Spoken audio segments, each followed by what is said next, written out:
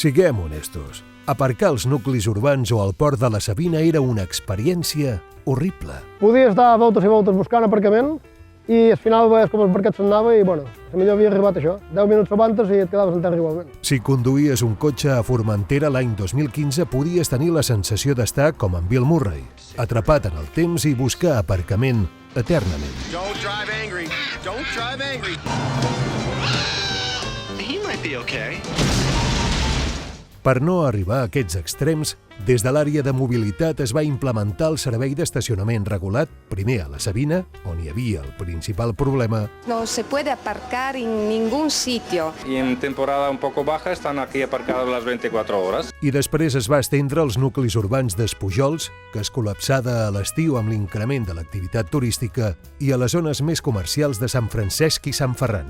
La zona blava, la veritat és que ha millorat molt el tema de l'aparcament, perquè jo, per exemple, com a usuari, que tinc de venir a la Savina cada dia, és com hi havia cotxes dies i més dies que no es movien del puesto i tu mentrestant, pues, això, tornant tot per poder aparcar i anar a fer feina. Hem d'assenyalar primer que els últims anys Formentera ha patit un increment de cotxes i motos, sobretot a l'estiu, que augmentava la pressió circulatòria damunt l'illa.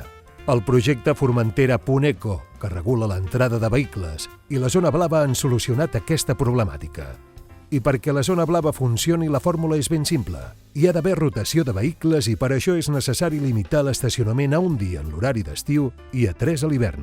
A l'èxit d'aquesta fórmula s'hi sumen ara noves millores amb la incorporació al sistema d'una app que permetrà a l'usuari no haver de treure el tiquet i col·locar-lo al cotxe, el que suposa més comoditat i un important estalvi de paper. Molt bona iniciativa. Aquesta mesura ens sembla necessària i positiva i ens ajudarà a cuidar del nostre medi ambient. La nova app incorpora un sistema de notificacions que recorda a l'usuari quan el seu temps d'estacionament està acabant i el seu tiquet a punt de caducar perquè pugui anar a renovar-lo. És fantàstic perquè així no has d'estar pendent de quan l'has posat i aquesta aplicació et recorda quan has d'anar a fer un tiquet nou. Amb el nou sistema s'haurà de continuar anant al parquímetre, però no serà necessari tornar al cotxe. D'aquesta forma s'evita que una persona que deixi el cotxe aparcat i se'n vagi, jo que sé, a l'Amazones i des de qualsevol lloc pugui actualitzar. Així el que feim és que continuï la mobilitat dels cotxes que estan aparcats en zona blava, que això és el que es buscava, dar una mobilitat a zona blava i intentar que tots tinguem lloc per aparcar, no com passava abans, que no